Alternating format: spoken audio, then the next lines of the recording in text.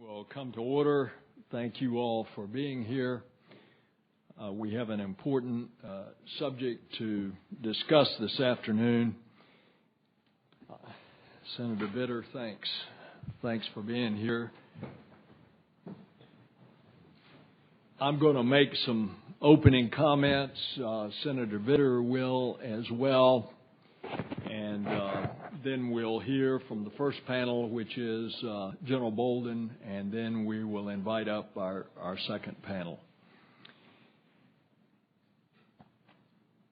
We have had quite a discussion about the future of our nation's space program. And it all started with the new administration impaneling a very prestigious blue ribbon panel, the Augustine Commission, headed by a former space expert, a space expert who is a former CEO, Norm Augustine. And after that, it was such a comprehensive report. Many of us urged the White House, as they started to develop their budget, to fund NASA at the level that the Augustine Commission said, if you wanted to have a robust space program other than the existing budget, that you would have to have a fairly significant increase in the funding. Well, the White House decided a significant increase in funding that they would recommend to the Congress, $6 billion over 5 years, and that in this budgetary environment is no small matter. But it was only half of what the Augustine Commission was recommending. And over, as I shared with the White House staff and with the President as well, that there's only one person that can lead the space program, and that is the President, and that the President, who I know personally to be a space fan, a space aficionado, would have to make that declaration of support. And what happened was that instead of a declaration of support, the NASA budget, which has a lot of very forward-thinking and cutting-edge stuff in this budget, it was rolled out just as part of the regular budgetary message, and in the process, it ended up, in some cases, being misinterpreted, in other cases, giving a false impression. In other cases, good parts of the President's budget having been completely overlooked. Now, there's a lot that's good in this budget from this senator's perspective. We're seeing increases in aeronautics and science and Earth observation. The extension of the International Space Station, at least to the year 2020, was an obvious one, but heretofore NASA budget said that the funding for the ISS was going to cut off in 2015. And there is in this budget an emphasis on encouraging science and technology, engineering, and math, and that is especially important. But here's the problem. Because the President did not make the declaration himself, and with the declaration that the Constellation program was going to be terminated, And with the angst that is already out there among the NASA family because of the layoffs that are anticipated because of budgetary decisions that were made 6 and 7 years ago, so that a new rocket was not ready by the time that the space shuttle was going to shut down, and therefore there were going to be layoffs. You add the angst to a statement that the Constellation program is going to be killed, and add to that it was rolled out in a budget message without the President declaring it, and what did it give? It gave the perception that the President was killing the manned space program. Now, the problem is that we live in the world of perception. And if the substance is different from the perception, then we've got to straighten it out. And where the perception is substance, if we disagree with the substance, then we have to change it. And so I remind you that the President proposes and the Congress disposes. And so what we're going to start in the process of understanding the NASA budget that is presented by the administration. And in the process, we hope, and this is just a first step, to clear up the perception so that the clear declaration of the President's vision for space is there and that the American people understands it. And the President, either himself or through his administration, through his administrator, needs to clearly state what the goal is. Now, it's pretty obvious that the goal that we all have talked about for some period of time since we went to the moon over 40 years ago, the goal is to go to Mars. The question is, how do we do that?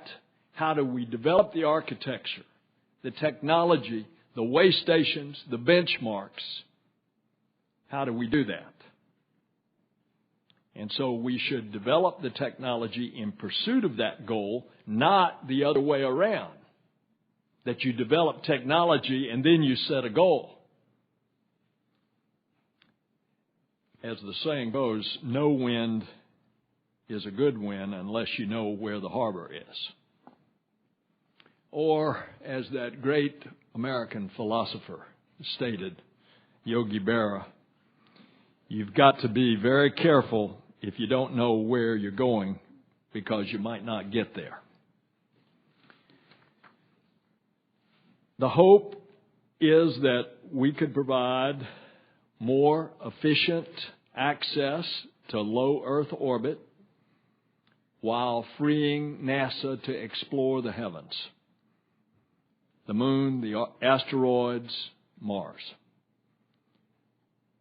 But this budget doesn't hold up the second half of that bargain, because by eliminating the plans for a heavy lift vehicle and a spacecraft capable of excursions below low Earth orbit, the U.S., this senator fears, is going to be on the sidelines while other countries continue to make incremental progress toward destinations like the moon. So, what I am hopeful for is that from the President, the White House, or someone, that we are going to get a bold statement of vision and a declaration of the ultimate destination of our space program, and that is Mars. And that vision should support manned space flight beyond low Earth orbit, and that destination should be on the horizon. And then we can develop the technology for getting to that destination. And once the President has made his vision abundantly clear, it should then be left to the NASA administrator, working with the Congress, to make a detailed and the technical decisions and the funding that we would assist NASA by appropriating and authorize in order to achieve that vision. And it's in that spirit that this senator thinks that we need the continued testing of a booster as a technology test bed, a robust heavy lift vehicle program, and the continued development of the spacecraft for the missions beyond low Earth orbit. And we should accomplish these things in concert with some of the other more positive items that are in this proposed administration's budget. Technology research and development is well supported in this budget by advancing the technologies such as the on-orbit refueling, the aero capture techniques, the energy from space, in-space propulsion. It'll enable more efficient, safer, and faster missions throughout the solar system. But the effort should focus on technologies which make simply getting off the pad easier. And one of the concerns I have, Mr. Administrator, that I will ask you about is as you break down your budget, you've got about $7.8 billion over the 5 years for developing technologies, and you've got 3.1, less than half that amount, $3.1 billion over 5 years for the development of heavy lift. And in your remarks, I would appreciate it if you would explain that, because we ought to be doing both at the same time, and we have to get lift to get up and do these technology developments like on-orbit refueling.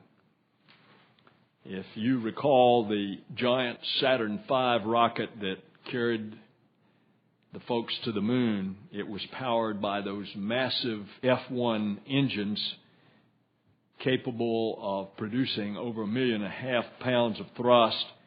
Well, we've not had an engine of its capability in nearly 4 decades. And it's time that we initiate a program to develop a new modern liquid hydrocarbon engine that can power future launch vehicles. And we're going to have testimony from someone who knows something about propulsion technology, Captain Gibson, in a few minutes. This effort will serve to mature technologies which will benefit not only our civil space program, but our national security space enterprise and the commercial sector as well.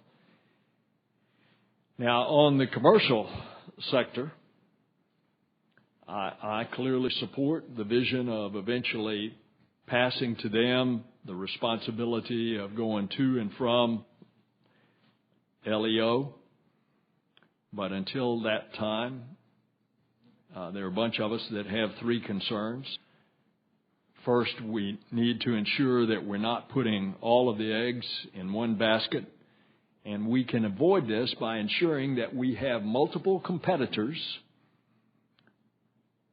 from both established and entrepreneurial companies competing with not only new innovative designs, but with proven vehicles as well.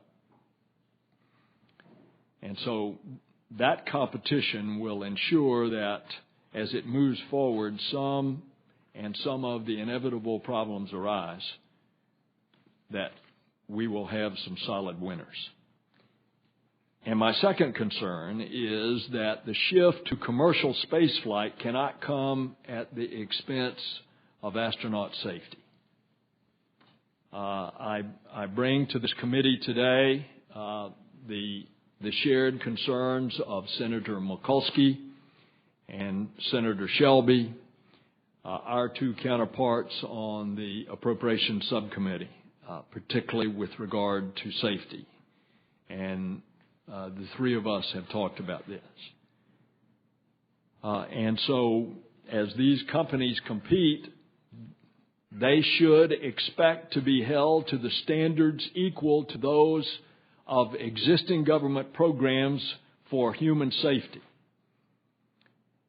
And I also urge NASA to do its part by providing the commercial sector with the human rating standards to which the commercial sector must adhere, and to give them those standards as soon as possible. And thirdly, we simply must do right by the men and women who have made this space program great. We're entering a period of transition. There's a great deal of angst out there. We're at risk of losing skills and the corporate knowledge of those workers, and that knowledge having been acquired over 5 decades. And if the entrepreneurial endeavors are to receive billions of dollars in the years ahead, I encourage them to remember the responsibility that comes with that funding when they're making workforce decisions. And so, Mr. Commercial Operators, I'm putting you on notice that as you start to ramp up, you've got to look at this incredible, talented workforce that may be out of a job. This is a time of great change and challenge for our existing workforce, and the commercial sector ought to be aware of this. Now, it is clear that this budget carries forward the decision to retire the shuttle fleet by the end of this year, a decision that was made in the previous administration. A significant upheaval in this workforce related to the shuttle retirement is going to occur. But the massive loss of jobs is now exacerbated by the perception of the cancellation of Constellation and all the programs under it.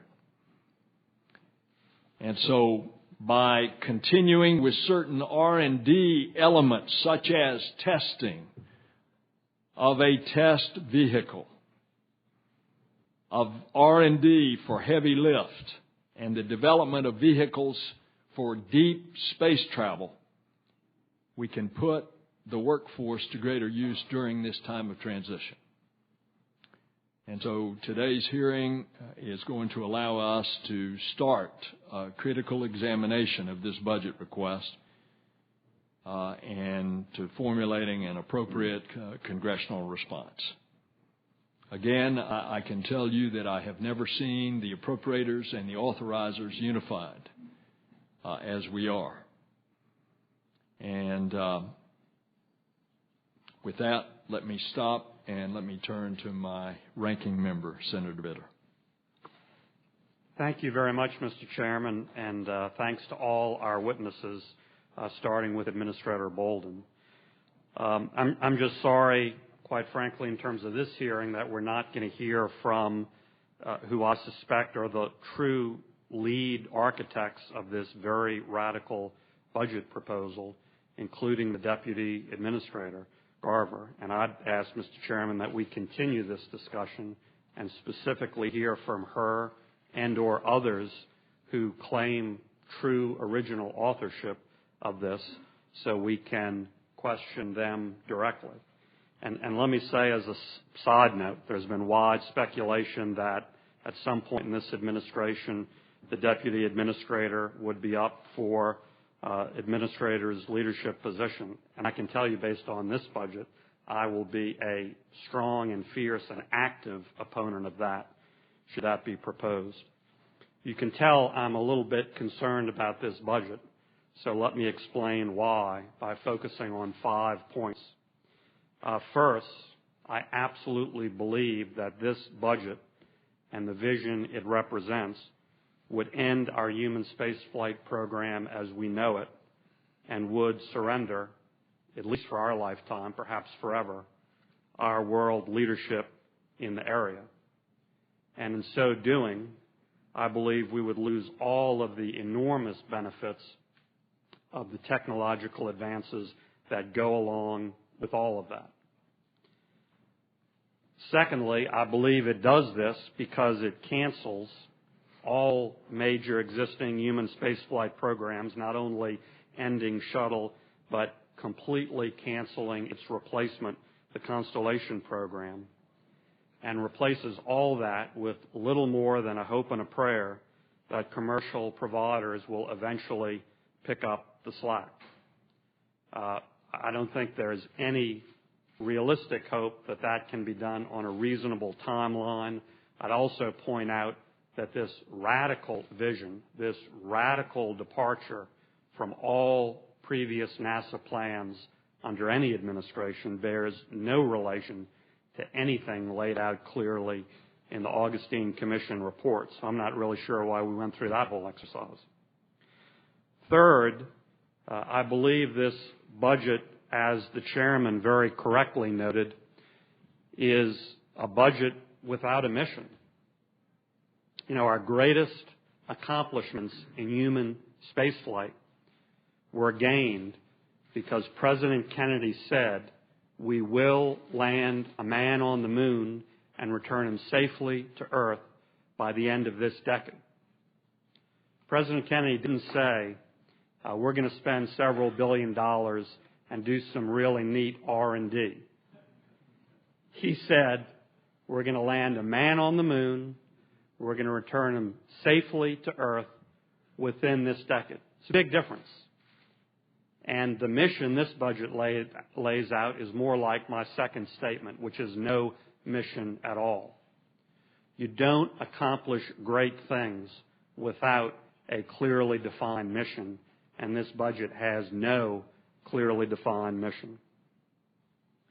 Fourth, what does this do to the gap, the employment gap that we've all said we're very concerned about, including you, Mr. Administrator? I'll tell you what it does to it. In terms of employment within the entire industry, in my opinion, it absolutely expands the gap. I don't believe there's any possibility that we will be able to ramp up, depending on the commercial sector alone, in less time than our previous Constellation plans laid out. So it increases that gap. I can't tell you how many years, but it increases it. In terms of the gap regarding the NASA family, the folks within NASA programs like Constellation, it grows the gap. It grows the gap to infinity. It says there's no gap anymore. We just fall off a cliff. And I think that is enormously detrimental to the NASA family and the long-term capability of NASA. And fifth, I want to focus on that wonderful workforce. Those folks have been very, very patient, waiting for the signal from this administration, particularly concerning the next generation and the gap. Well, I'm afraid they just got it. And the message they have heard, not because of perception, but because of reality, the message they have heard loud and clear is what I just said. Their gap didn't just expand. Their gap just expanded to infinity if this budget were passed. And all I say to that is I certainly want to offer a completely different message. I will fight with every ounce of energy I have to defeat this budget or anything like it, to fundamentally change it. And I want to give the NASA family out there some hope of doing that. And I believe there is great bipartisan support for that effort, as Senator Nelson laid out, including folks on this committee and including folks on the Appropriations Subcommittee. So those are my comments. I look forward to our discussion. Well, we're going to have a chance, Senator Vitter, to perfect this budget. And that's what this process is all about. General Bolden, you may have bit off a little more than you wanted to chew with these opening comments. Let me just say that most everybody in this room knows Charlie Bolden and knows the extraordinary kind of leader that he is, retired Marine Major General. I've had him describe to me during his, and I shared this during the confirmation hearing, that General Bolden, another astronaut, had said to me that Charlie Bolden was the best leader that he had ever run into, and had taught him more about leadership than any other person, and that included that astronaut's experience in the astronaut office and in his 20 years as an Air Force officer. General Bolden is a veteran of 4 space flights. He is a graduate of the Naval Academy. He has had assignments in the Marine Corps up until the time that he retired that have been extraordinary assignments, and you come well prepared to a very tough job during a very challenging time and overlaid with a very difficult budgetary environment. General Bolden, welcome to the committee. It's an honor to have you here. Mr. Chairman, thank you very much. And members of the committee, subcommittee, I want to thank you for the opportunity to discuss the President's fiscal year 2011 budget request for NASA. I'm grateful for the support and guidance this subcommittee and I look forward to working with you on enactment of the President's bold new direction for our agency. Before I continue with my statement, let me add one thing, though, that is not in my prepared statement. And I do, because my deputy was, I feel, unfairly represented, I hope that we have an opportunity to go back to that discussion. And I also would like to go back to the discussion on the NASA family, because I'm a member of the NASA family, and I have been since 1980. So I too share the passion that you expressed, Senator Vitter, about the NASA family and their welfare. I want to say right up front that I understand the committee's concerns that details such as our justification documents have been slow to reach you. I apologize and ask your continued patience as we finalize the details of this historic change in NASA's direction. Since the introduction of the budget, many have asked what the destination is for human spaceflight beyond low Earth orbit under the President's plan. The answer, as Senator Nelson has expressed, is that our program seeks to enable the capabilities we will need for astronauts to meaningfully explore the Moon, asteroids, and eventually Mars. And Mars is what I believe to be the ultimate destination for human exploration in our solar system, at least under my administration. The right investments in technology will allow us to map out a realistic path to this destination that continues to inspire generations of school children, just as it inspired me many years ago when I was growing up in Columbia, South Carolina, watching Buck Rogers go to Mars with ease each week from my seat in the balcony of the Carolina Theater there in Columbia. The President's fiscal year 2011 budget request for NASA is $19.19 billion, including an increase of $276 million over the enacted 2010 level. Longer term, I am pleased that the budget commits an increased investment of $6 billion in NASA science, aeronautics, and enabling technologies over the next 5 years compared with last year's plan. All of us at NASA appreciate the President making NASA such a high priority at a time when budget realities dictate reductions and freezes for other worthwhile programs. At a time when we all worry about the economy, NASA's bold new direction will assist economic growth in the United States, particularly in the aerospace industry. One lesson from decades of technology investment by the federal government is that funding for research and development leads to innovative capabilities and breakthroughs, which in turn lead to sustained private sector job creation. Such R&D investments are a cornerstone of the public-private partnership between our government and American industry. With the President's new vision, the NASA budget will invest much more heavily on technology research and development than recent NASA budgets. This will foster new technological approaches, standards, and capabilities that are critical to enable next-generation spaceflight, Earth sensing, and aeronautics capabilities.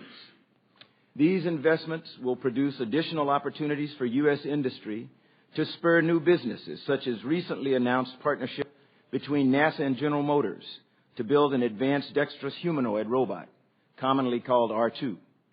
I want to share a few highlights about NASA's bold new path to become an engine of innovation with an ambitious new space program that includes and inspires people around the world. Under this program, the United States will pursue a more sustainable and affordable approach to human space exploration through the development of transformative technologies and systems. We will encourage the development of commercial human spaceflight vehicles to access low Earth orbit. We will develop new technologies that will enable more efficient U.S. human exploration into the solar system than is currently conceived. As the Constellation program is ended in an orderly manner, I want to thank all of the NASA employees and contractors who have worked so hard on this program and given so much of their time and their heart. Their commitment has brought great value to the agency and to our nation, and they will continue to play a pivotal role in NASA's future path. Many of the things NASA has learned from the Constellation program will be critical as the agency moves forward. More specifically, in fiscal year 2011, NASA will undertake a flagship technology development and demonstration program with our international partners, commercial and other government entities to demonstrate critical technologies such as in-orbit propellant transfer and storage, inflatable modules, automated autonomous rendezvous and docking, and closed-loop life support systems. Heavy lift research and development that will investigate a broad scope of research and development activities to support new space launch propulsion technologies. Robotic precursor missions to multiple destinations in the solar system in support of future human exploration, including missions to the Moon, Mars and its moons, Lagrange points, and nearby asteroids. Significant investments for the development of commercial crew and further cargo capabilities. Extension of the lifetime of the International Space Station to 2020 or beyond in concert with our international partners. Pursuit of cross-cutting space technology capabilities led by the newly established Office of the Chief Technologist to spawn game-changing innovations to make space travel more affordable and more sustainable. Climate change research and observations, which will enable NASA to substantially accelerate and expand its Earth science capabilities, including a replacement for the Orbiting Carbon Observatory. Aeronautics R&D, including critical areas of Next-Generation Air Transportation System, or NextGen, green aviation, and safe integration of unmanned aircraft systems into the national aerospace system. Education initiatives, including the recently announced Summer of Innovation pilot program to inspire middle school students. Americans and people worldwide have turned to NASA for inspiration throughout our history. Our work gives people an opportunity to imagine what is barely possible, and we at NASA get to turn those dreams into real achievements for all humankind through missions we execute. This budget gives NASA a roadmap to even more historic achievements as it spurs innovation, employs Americans in exciting jobs, and engages people around the world. Mr. Chairman, thank you again for your support and that of this subcommittee. I would be pleased to respond to any questions you or the members may have. And we will enter into the record the opening statement of the ranking member of the full committee, Senator Hutchinson. General Bolden, you've just made some news because you have stated that the destination is Mars. That's the goal. Do you have, in what you have just stated, do you have the approval of your superiors? Sir, the words I used have been through every wicket I can think of, I assume that means I have approval to say that. All the way up through the wickets of the White House as well. All the way up through the wickets of the White House as well. And I would comment, Senator, that when we went to the moon, we didn't know what we were doing, but the moon's a couple of days away, and so we felt confident that would not be a problem. When we take on Mars, it's radically different, and it offers radically different challenges. So I cannot give you, unfortunately, whereas President Kennedy said he wanted us to go to the moon and safely return humans in this decade, I wish that I could ask President Obama to do that. He could issue that challenge, but I can't tell him we can do that. Because at this particular time, I can't provide a date certain for the first human mission to Mars because there are too many capabilities that we don't have in our kit bag. And so I'm hopeful that through the technology demonstrations and technology development that we will undertake with Mars as the focus of our design reference mission, that we'll be able to get there hopefully quicker than we would have before. Well, how will NASA determine the research priorities for a destination of Mars? Senator, over probably the last 20 years, and I refrain from bringing in a stack of studies that I'm certain you and your subcommittee members are very familiar with that have come out over at least the last 20 years. If you look at those studies and the technologies and capabilities that have been listed in all of them, they've been pretty consistent. And they have all been focused on getting humans to Mars. So the big difference that we have today is that the President has decided that he wants to fund the research and development that's necessary to bring about those technologies and to give us those capabilities. So I am confident that the budget that I've been given will allow us to do that. You commented about the difference between technology and heavy lift, the fact that there was more in technology than there was in heavy lift. I can use any vehicle to get things to orbit, to low Earth orbit, to develop the kinds of technologies that we need. I don't need a heavy lift launch vehicle, nor would I want to use a heavy lift launch vehicle to put a propellant storage demonstration in orbit. That would be a waste of the taxpayers' money. I can use a Falcon, I can use a Taurus, I can use a Delta, an Atlas. I can use anything that can successfully get me to low Earth orbit to get the technology demonstrators that I want to get there. So that's why I think it's important to have more that we spend on technology development today than we do on the actual heavy lift itself. There will come a time that I will ask for more money on heavy lift. Well, I found some additional money that you can use, General Bolden. We've spent $9 billion on Constellation thus far, and in this budget is another $2.5 billion to shut it down. If the Constellation program is canceled, how do we make sure that those valuable assets are integrated into the new program? And if the Constellation program is not shut down, how can we use that $2.5 billion that otherwise would have shut it down? Senator, no matter what happens to the Constellation program, what cannot be forgotten is the work of the dedicated men and women who made that program possible. And already, although I have asked that we take a really hard look inside, deep into the Constellation program to determine what technologies and capabilities may be there that we want to retain, I can give you examples of things that have already come out of the Constellation program that are going to transfer directly to commercial space. We had a thermal protection system study that was done under the Constellation Technology Development Program. The SpaceX Corporation that is going to fly the Falcon 9 saw that technology and has adopted it, and so they will actually use the thermal protection system or a hybrid of it on their vehicle. That came out of the Constellation program. When I had an opportunity to tour Launch Complex 40 and talk to the people who actually work on Falcon 9 from SpaceX, I discovered that they intend to use a pusher type of launch abort system.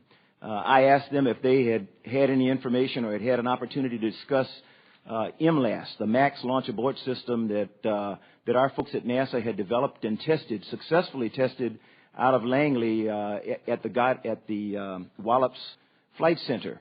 They told me they did not know about it. So I encouraged them to go talk to the people at Langley, because that is a technology, that is a capability that was developed out of the Constellation program that might be directly applicable to them. So it was $9 billion, if that's the right figure, that has been very well invested, and it has already brought great returns to the American public as well as to industry. And part of those returns, as you ultimately want to develop a heavy lift vehicle, are the testing that's ongoing on existing rocket. We don't have to call it what its name is. Let's call it Rocket X. So what's the value of testing of a Rocket X in the R&D development of a heavy lift vehicle? Senator, anytime you can, there are some people who say you can never test enough. I happen to be one of those, but I am also quite aware of fiscal constraints to testing. In my past life as a tester, when I looked at Hoot Gibson, who's sitting behind me, will tell, we both, during our time as test pilots, you look at your test plan and you always wanted to add one more flight. So that you could say with a great degree of certainty that it was okay for a normal pilot to go fly what you just finished testing. There's not enough money to do that. So we need to look at prudent ways to test as much as we can, but not too much. And so any testing that I would be allowed to do in development of a new heavy lift launch system would be fantastic within fiscal constraints. Senator Vitter. Thanks, Mr. Chairman. Mr. Administrator, you took exception to my statement about the Deputy Administrator. You said you wanted to explore that, so let's explore that. Yes, sir. By the way, I agree completely with the Chairman's very strong positive comments about you, and it's for that reason that I don't think you were the original or prime architect of this budget at all. So let's explore the question. Who within NASA or the administration was the original prime architect of this radical new budget? Sir, without going into pre-decisional discussions or pre-decisional information, I can tell you that I participated in the construction of the budget. That's part of my responsibility as the NASA administrator.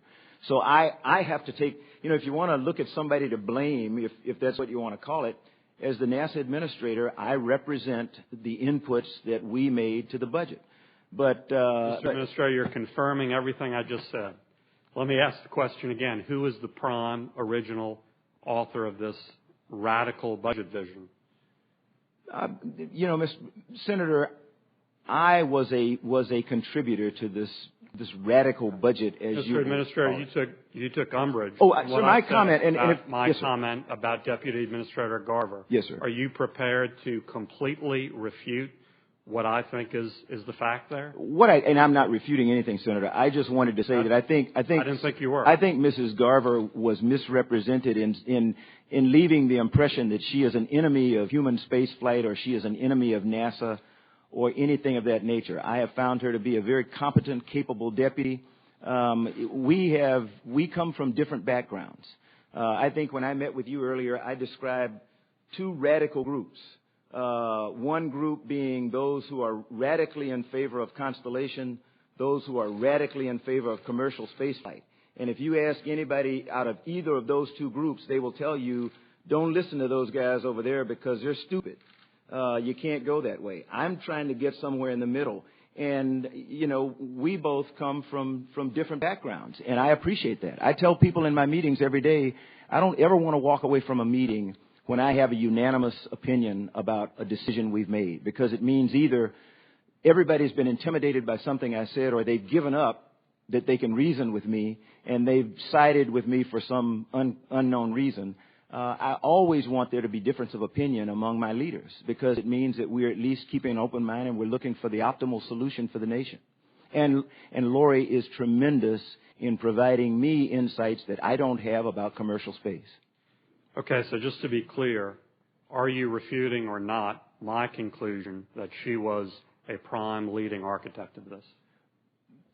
Senator, I can't refute that because I don't, there's OMB, OSTP, okay. The Executive Office of the President. We all contributed to the budget. Mr. Administrator, you highlighted a top goal of this budget to inspire school children. Yes, sir. Talked about middle school kids. And I'm looking for that inspiring nugget. I haven't found it yet. Senator, I can give you the inspiring quote, yes, quote, Mars is the focus of our design reference mission, close quote. I can tell you I have two 7th graders at home. That's not going to inspire. Senator, I don't want... What is the quote?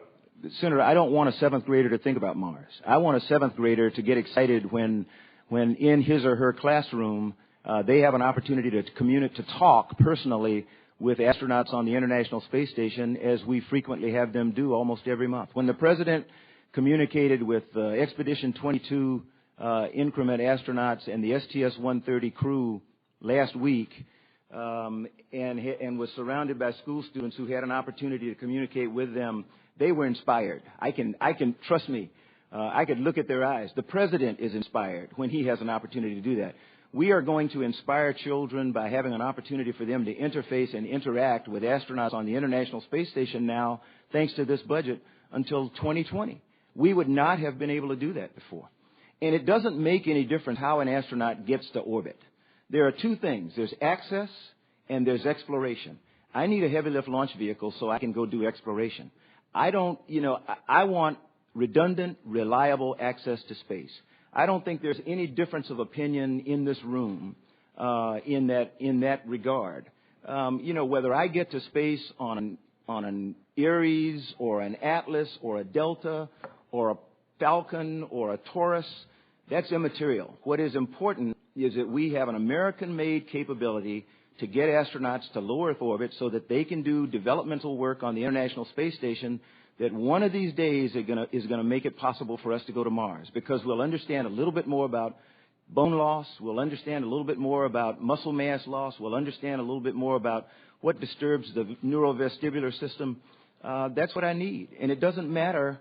No one will know how an astronaut got to the International Space Station 10 years from now. They won't know what vehicle they went on, nor will they care.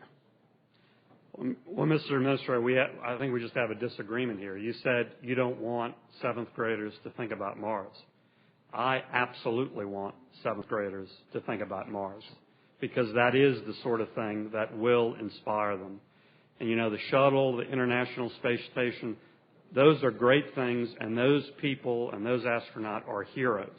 Don't get me wrong. Yes, sir. But to my seventh graders, that is, to use their language, so last week. That is not going to inspire them. That is not going to inspire them. Senator, with all due respect, I think you underestimate your kids. When I talk to school kids and they tell me they want to be an astronaut, what do I need to do to be an astronaut? I tell them, the first thing I say is forget it. And then they look at me real strange. I said, forget it. Because unless you study and work and get a technical background, a technical undergraduate degree, you have no hope of becoming an astronaut. So I want you to go in school. I want you to be in class. I want you to study really hard. I want you to do the absolute best you can do. And I want you to go to college, and I want you to get an undergraduate technical degree. And if you want to be a pilot and you want to be like me and that's all you can do, then go to the military. If you want to be a scientist or an engineer or somebody who's going to do the hard stuff in space, get a PhD or a master's, and then think about being an astronaut. So I think your kids understand that, and as long as I can keep them interested in staying in school and learning a lot of science and math, they're going to go to Mars. They're going to enable us to go to Mars. Well, I'll be honest with you. I'm afraid they're going to look at the messages of this budget, and if they want to be an astronaut, they're going to conclude, forget it. Sir. That's my concern. Yes, sir. Mr. Administrator, what relation does this very dramatic change of vision have with anything laid out in the Augustine Commission? I mean, point us to a page of the Augustine Commission report that really suggests anything like this. Senator, with all due respect, I don't really think that this is a radical departure from. It's not a radical departure from the vision for space exploration, if I can say, and it's not a radical departure from any other visions or dreams that people have had about going to space. What is different is it funds what is necessary to realize that vision. Somebody once told me a vision without resources is a hallucination. If you look at where we were prior to the 2011 budget, we were living a hallucination. We had I won't use the term great. We had a vision for getting back to the moon, getting to Mars and other places in our solar system, but we did not have the funding to do it. We didn't have the assets to do it. We now have the assets to make an orderly progression to getting humans to a place like Mars, and I'm confident that we can do that. Again, I just disagree. I believe the consensus opinion reaction to this budget is that it is a radical departure.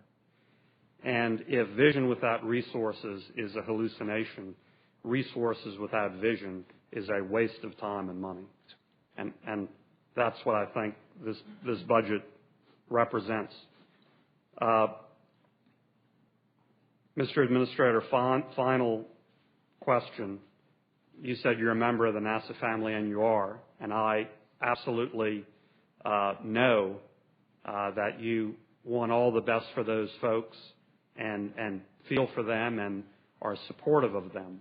But this budget, canceling every major internal human spaceflight program in sight, most obviously Constellation, extends their gap, as I said, to infinity. So what do you tell those people in the NASA family?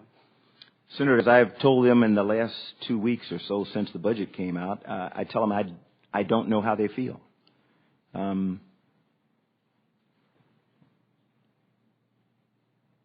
My kids are 38 and 33, and they're out of school. So I don't know what a young engineer with a 15-year-old kid feels like right now. I know they're hurting. And if they happen to be a civil servant, I can tell them that they're going to be okay because they're going to have a job. But then, as a young lady told me at Johnson Space Center, I don't want a job. I want to be able to come to work every day and feel that I'm making a difference. And so I can tell them, as I have, that I'm going to do everything in my power to try to make sure that we develop some programs that are going to help us get to where we all want to go as soon as possible. I don't think we would have ever gotten there with the Constellation program set up and funded the way it was. I don't think anyone said Constellation was a bad program. I haven't read that anywhere. But I think that we can develop capabilities that will potentially allow us to get back to the moon, and because we are going to go back to the moon, and will enable us to get to Mars much quicker than we would have under the quote-unquote program of record. The program of record would have ended the space station in 2015. And if we had developed Ares would have had nowhere to go because the space station would have been defunct. The President has given us authorization to go and talk to our international partners and get their concurrence in extending the International Space Station to 2020. That at least gives us hope that we will have some place for our researchers to go for another 5 years to help us try as hard as we can to fill the gap on some of these capabilities that keep us from being able to go to Mars right now. If you gave me an infinite pot of money, I could not get a human to Mars within the next 10 years because there are just some things that we don't know. We don't understand the radiation environment. We don't understand fully what happens to the human body in transiting for 8 months. What I would like to do is develop an in-space technology that allows us to go to Mars in days instead of months. And I am told by very good friends of mine, people that Senator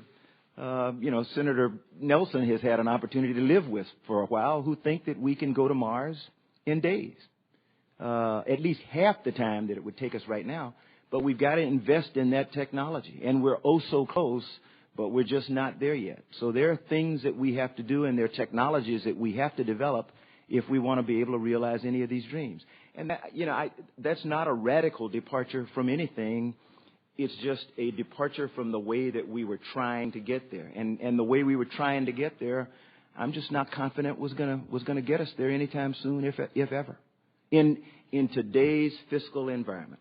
Well, let me say that I'm not sitting here defending the previous vision and the budget that was attached to it. It was inadequate. But I believe this new budget is a big step backward because of the fundamental problems I've tried to underscore. Yes, sir. Thank you. Yes, sir. Senator Vitter, you and I had a private conversation over this issue of who developed the budget. And I shared with you my private concern, and since you've shared publicly your private concern, I'll just share mine. I don't think it's any different than the George Bush administration. I think OMB is running the space program because it designs the budget.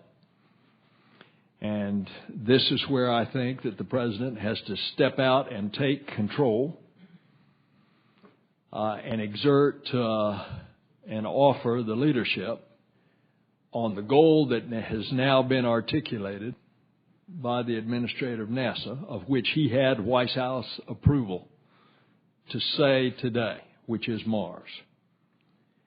If you leave it to OMB, if we get there, it's going to be a long time coming. But if you have a presidential decision that that's what we're going to do, and then he turns to his Marine general and says, General Bolden, make it happen, then things can start popping. And that's where I think the genesis of this budget is. Well, I certainly hope that we have a change in a new direction as you're working toward. So I certainly hope that. I guess I don't think it's primarily from OMB because this budget has some significant amount of new money.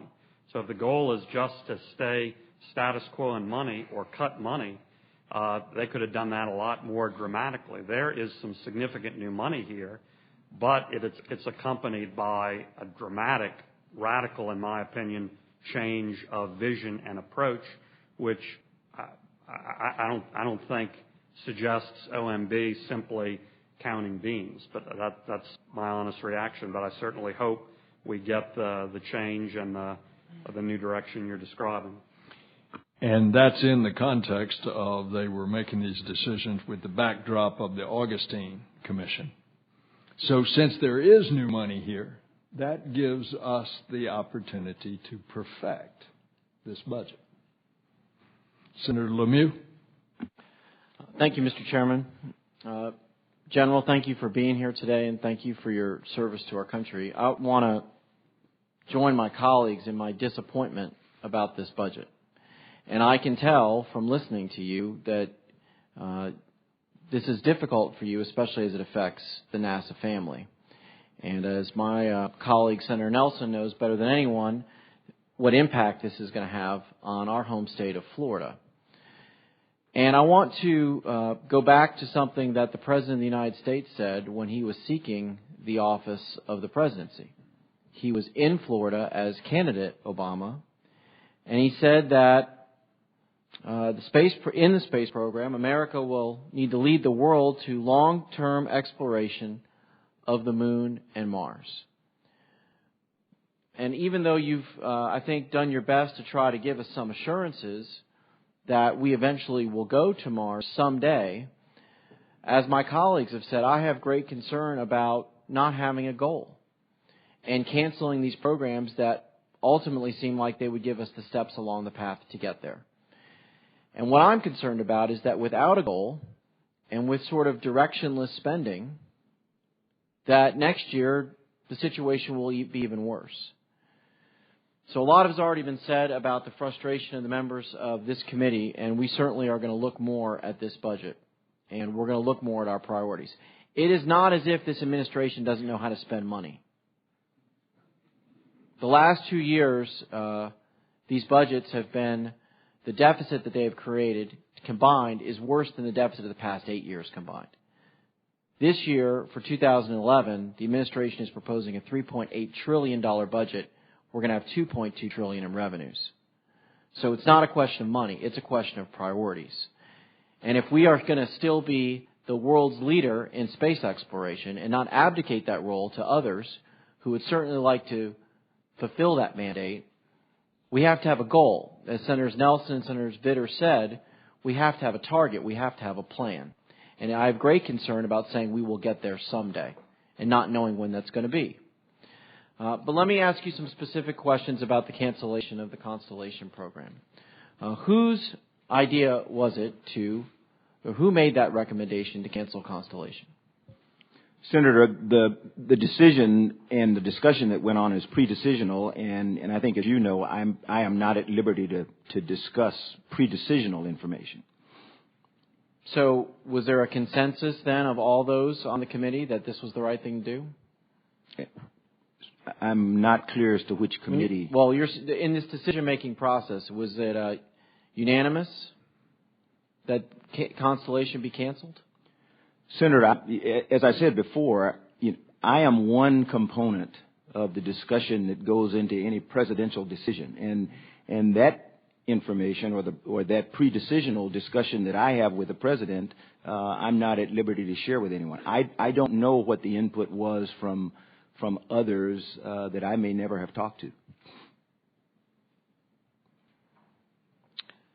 When you talk about a plan of getting to the moon or Mars someday, what is your view of what the steps are going to be to get there? Sir, the steps are pretty complex and complicated. We've got to, first of all, sit down and look at where we are in terms of the Constellation program and what was in it. We need to make sure that we don't throw away the baby with the bathwater. We need to determine what technologies and what smaller projects are worthy of retaining, because that will tell us how much we actually have to expend in terms of brand new technology or brand new assets. So that's the first step. The next step is actually to sit down and say, okay, the way that we generally start is if we're trying to get to Mars, and I will use Mars since that is the ultimate destination, what do we need from what we have, what we know exists today, what do we need to enable us to get there as soon as possible? Are we going to go to the moon first before we go to Mars? You will. My thought is that you will inevitably have to go to the moon, but you'll spend a lot of time on the International Space Station now that we're going to have it there until 2020, developing some of the technologies. Whether humans need to go on, I will tell you, I don't think humans need to go and live on the moon to do anything anymore. We have rovers that have come out of the Constellation program that enable us to put astronauts on the surface of the moon for a month at a time, completely self-sustained, and we don't have to build habitats. That in itself is a savings, and that came from the Constellation program. But this is one person's thinking, and I happen you're to the administrator, so I'm looking for sir, guidance. I'm giving you at least a beginning of an idea, but there's a lot of work that has to be done by our team to determine what the steps are that eventually get us to Mars or get you to any destination. There are other things that we have to do, and that's the study of asteroids. And you may say, well, why? Well, it's because they can do really bad things to Earth. And if one of them happens to head this way and we don't understand it or don't have a way to deflect it or something else, that's part of my job is defense of the planet against things, not people, but things. All we needed to do was look at the Hubble image of Jupiter after it was impacted by an asteroid that left a scar that's several Earths in diameter.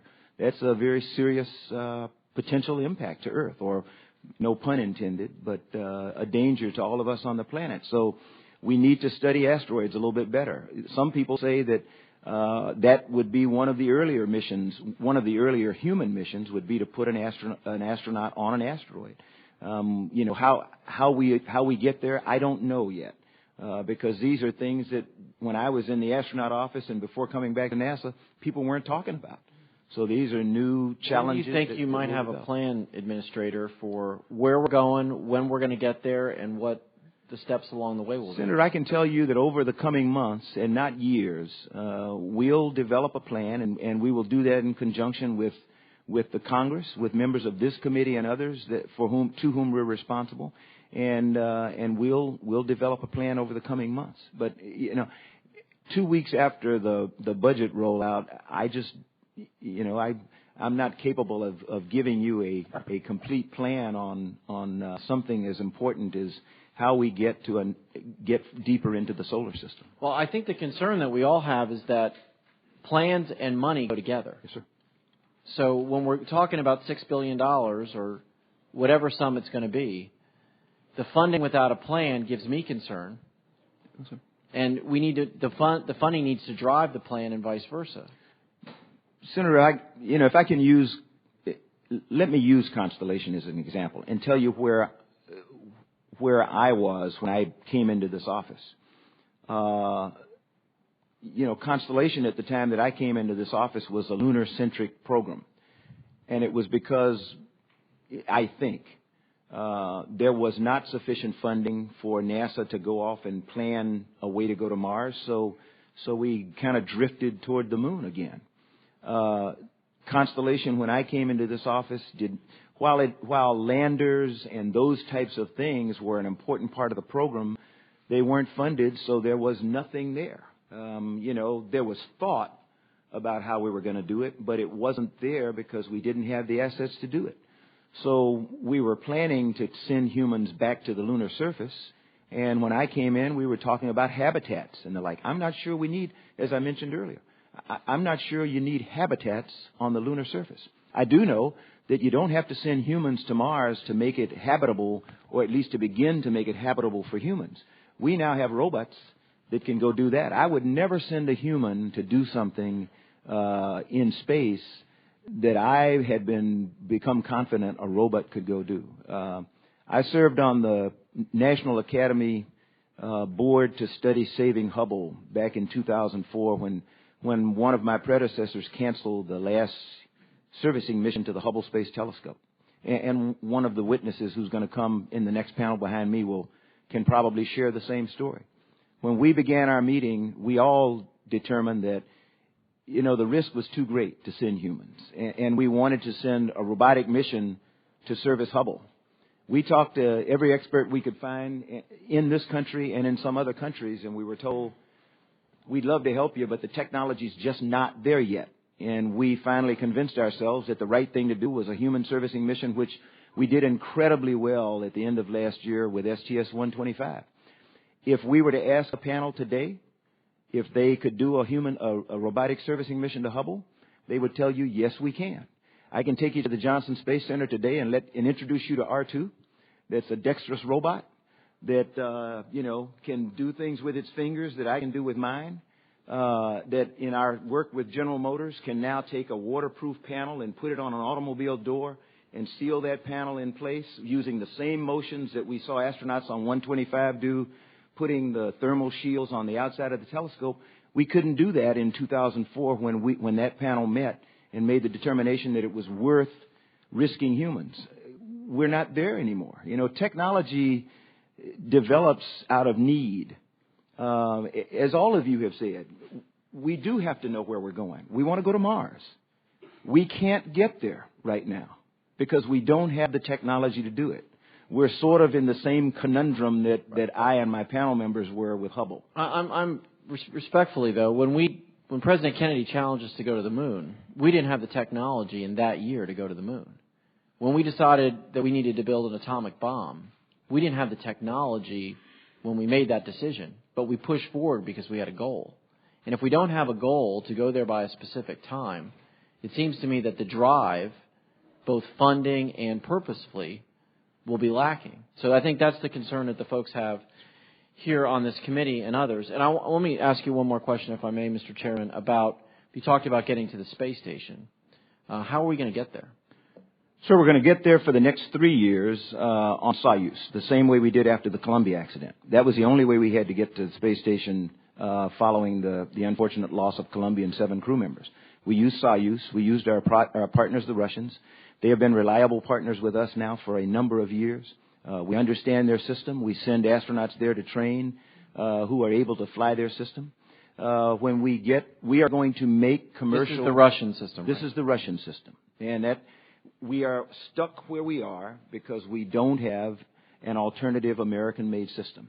It is my hope that by 2015, 2016, we will have successfully enabled American industry to produce launch vehicles that can provide us routine, reliable access to low Earth orbit. What about extending the shuttle for that period? Sir, that is something that I would not recommend to the President, and I could not honestly recommend to you. There is little value in trying to stretch the shuttle, until we have the capability, a commercial capability, to get to low Earth orbit. Again, funding is something, it costs us $2 billion a year to operate shuttle. I would like to get out of the responsibility, the cost of the operation and the infrastructure that it costs us with shuttle right now. There would be potentially recertification of the vehicle. It would be starting up production lines. There are a lot of things that make extension of the shuttle not a very good idea in my mind. Well, you talked about these employees, these NASA family folks, these rocket scientists, literally, who are going to lose their jobs. And I have a great concern, as do my colleagues, about reassembling those folks once they disperse. And those 7,000 folks directly in Florida and maybe 14,000 others who are impacted, what are we going to say to them? Senator, it is my hope. I will never be able to save all the jobs. We knew that we were going to have a bathtub, if you will, where we were going to lose people when the shuttle program came to an end in 2010, decided a long time ago. And we were looking for ways to keep as many of them employed as we could. And that method at the time was going to be transitioning a portion of the workforce to the Constellation program. But we were never going to be able to retain the entire workforce.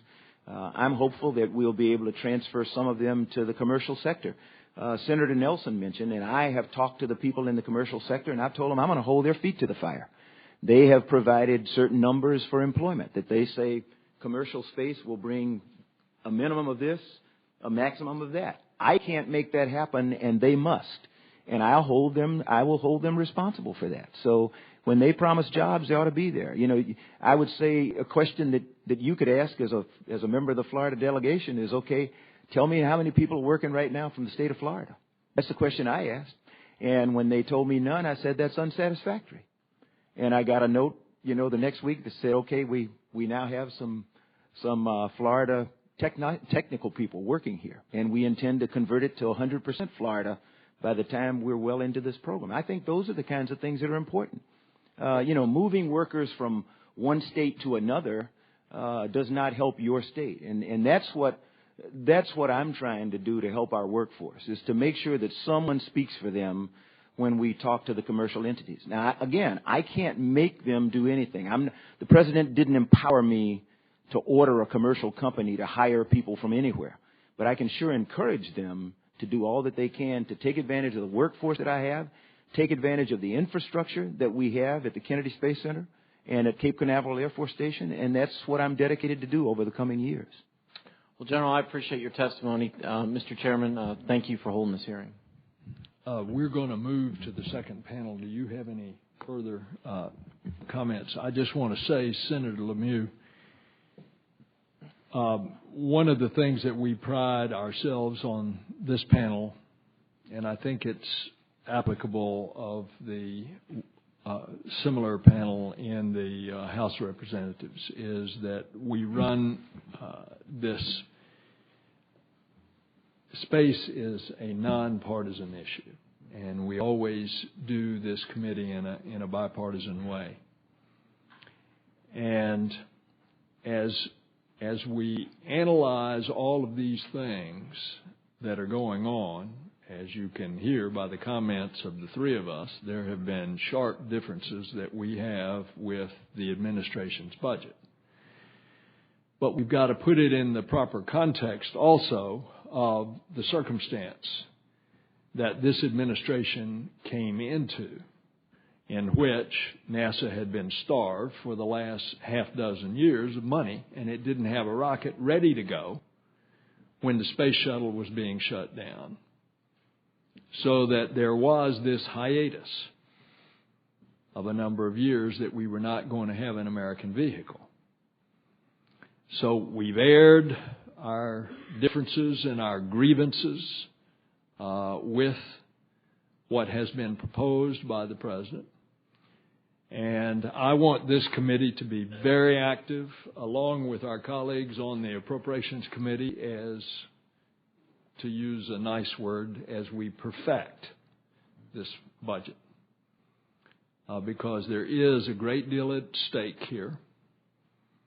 And it's not only for our employees in our respective states, but it clearly is for this nation being the leader in technology through its space exploration program. And we've got to make it sure that it's right. So with that, General Bolden, thank you very much for coming and being with us, and may I invite the second panel to please come up. Senator, thank you and your colleagues very much for allowing us to come before you today, and I really do look forward to continuing to work with you all. We'll get it right.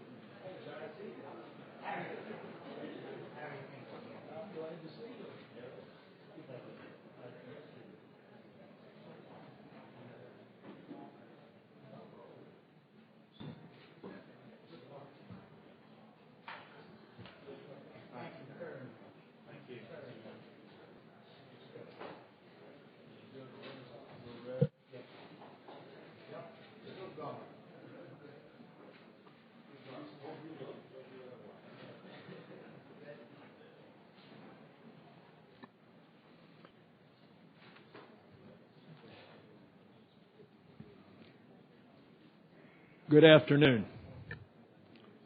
Could you all shut the door there?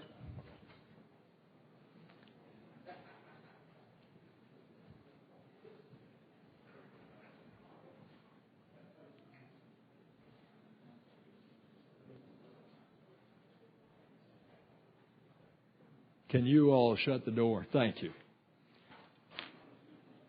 Well, we have a distinguished panel. I assure you there won't be nearly as many fireworks as there was on the previous panel.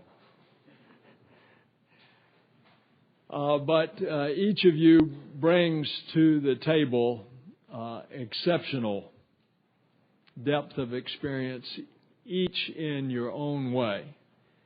And let me introduce this distinguished panel. Captain Robert Gibson, United States Navy, retired, was known in the astronaut office as the best of the best. He's flown 5 times.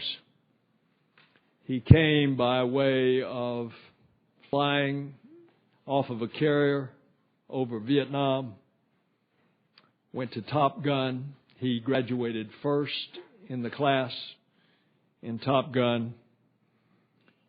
He was chosen for extraordinary missions and the first docking of an American spacecraft, the Space Shuttle, with the Russian space station Mir. And Captain Gibson, Hoot Gibson, was chosen to be the command of that flight. Miles O'Brien is a 30-year broadcast news veteran, and he was, by good fortune, because of his expertise, chosen to be the first journalist in space, and then by the misfortune of the Columbia disaster, never got to fly. And he has worked for years and years as a correspondent, anchor, producer in one of the major flights. I think it was John Glenn's flight. Miles co-anchored with Mr. Space, Walter Cronkite, on that historic achievement of a 77-year-old, the original space hero, of being able to go back into space at the age of 77.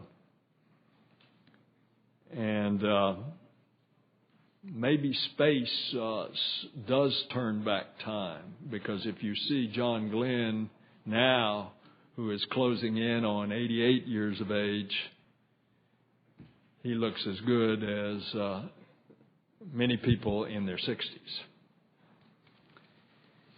And then we have Michael Snyder. And Mike has been in NASA for years and years. He started at the Kennedy Space Center. He's been in the Orbiter Element Division at the Johnson Space Center.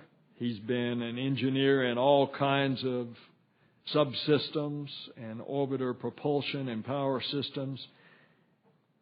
Mike has, in those propulsion and power systems, he has been one of the managers. And he is responsible for technical management of those systems. And we wanted somebody to testify today who has his on-the-line experience, which is so valuable for us to constantly remind ourselves that we hear not just from the guys at the top. We want to hear from the guys on the line as well. And then Tom Young brings the gray hair to the panel. And we need that, because here's one of the most accomplished people in America with regard to aerospace, defense, and space applications. He's a member of the National Academy of Engineering. He is the former director of the Goddard Space Center. He is the former president and chief operating officer at Martin Marietta. And he has been a member of several other aerospace boards of directors. So we couldn't have a better panel. And I'm going to go by alphabetical order, so we will start with Captain Hoot Gibson. Mr. Chairman, good afternoon. Thank you for inviting me to address this distinguished committee, and I'm going to say it's amazing how we have somewhat all focused on the same points. I was asked to talk about the administration's new proposal, and specifically a few items: the proposal to cancel the Constellation program, the reliance on commercial spacecraft for low Earth orbit, testing of Rocket X in support of a heavy lift vehicle, and astronaut safety issues. And I'm going to speak from the perspective of a longtime member of that NASA family, and indeed I feel somewhat that I still am, somewhat like a Marine, always a Marine. And notwithstanding the comments that we heard today, the administration's proposal opens more questions than it answers. What is the vision? Where are we going? And this abrupt change in NASA's exploration approach has no clear path, no destination, no milestones, no program focus, hence none of the technology pull that is so important to real innovation. With no specific program, it becomes too easy in the future to cancel something called technology development as simply unfocused and unaffordable. And this could take NASA down a path that would completely end its human spaceflight endeavor. NASA must maintain global leadership in human spaceflight. With the International Space Station in low Earth orbit now, NASA has established a frontier in space. To maintain the global leadership and core competencies in human spaceflight, NASA must now focus on establishing the new frontier beyond low Earth orbit. The Augustine panel had several things to say about that. This is a quote: "There is now a strong consensus in the United States that the next step in human spaceflight is to travel beyond low Earth orbit." Another quote: "The committee concluded that the ultimate goal of human exploration is to chart a path for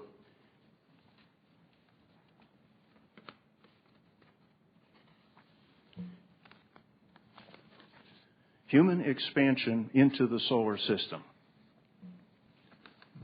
Establishing this new frontier is inherently governmental due to the risks that must be accepted by our professional astronauts and the huge investments required. This means, in spite of the words that we've heard today, NASA needs a destination, a goal, whether it is Mars, Lagrange points, near-Earth asteroids, or whatever. NASA must define the roadmap and the technological achievements required to achieve this goal. This becomes the flexible path, gives us the technology pull, and focuses our investment. NASA needs a heavy lift vehicle to accomplish these goals. The specific questions, I want to start with astronaut safety. That was always a subject very dear to my heart, not just as an astronaut, but as a former member of the NASA family and a former chief astronaut. And of course, Senator Mikulski, as we know, has some very specific feelings in that area too. She said, astronaut safety, the safety of our astronauts is my number one priority. This means whatever transportation system is chosen, it must protect our astronauts during launch, mission execution, re-entry, including long-duration spaceflight. As to the space shuttle part of this question, the Augustine Commission had several things to say there too. Space operations are among the most complex and unforgiving pursuits ever undertaken by humans. It really is rocket science. And new human-rated launch vehicles will likely be more reliable once they reach maturity, but in the meantime, the shuttle is in the enviable position of being through its infant mortality phase. Its flight experience and demonstrated reliability should not be discounted. And I think it's important to consider just briefly how successful we have been. And I want to say no one feels the loss of the Challenger and the Columbia more than I do because I knew both of those crews. But it's significant to note that we have flown 130 missions now. We just completed the 130th mission of the Space Shuttle. And compare that to our previous entire space program, which was 31 total launches. All of Mercury, Gemini, and Apollo amounted to 31 total launches. So therefore, we have flown more than 4 times as many launches with the shuttle as our entire space program prior to this. So it has been, I think, a great accomplishment. As for the commercial sector, they may very well ultimately achieve the success and the reliability that we demand for human endeavors, but to me it makes no sense to turn everything over at this time to an unproven vehicle. We need to allow them to establish a track record flying cargo that will allow us to evolve into human carriage with those types of vehicles. Now, at the same time, NASA needs to help the commercial service providers to be successful. And for that to happen, we need to leverage the core talents and the abilities, the operations, the safety of our NASA human spaceflight centers. And let's not lose the lessons that we've learned over 50 years of human spaceflight, some of them at fairly high cost. We must also maintain the core expertise in the people that we have at NASA that is so necessary to keep up any human spaceflight endeavor. With the ending of the Space Shuttle program and the proposed cancellation of the Constellation program, and with no specific program to replace them, more than a third of NASA's workforce of experienced space professionals is at risk of being lost. This would represent a major disruption in our human spaceflight program, as well as our economic and industrial base. We must make sure that we maintain that. And Senator Mikulski also touched on that when she said workforce transition, the retirement of the Space Shuttle should proceed as planned in 2011 after ISS assembly is complete. And any future direction must include a plan to maintain critical skills and incorporate lessons learned from our previous efforts to replace the shuttle and to soften any job dislocation impacts. And that was her quote. Commercial spacecraft, as I've already touched on, may eventually be reliable enough to give us the capability that we need, but there's still a large learning curve that's ahead of them. And for them to succeed in space is going to take a lot of involvement with the NASA centers of expertise.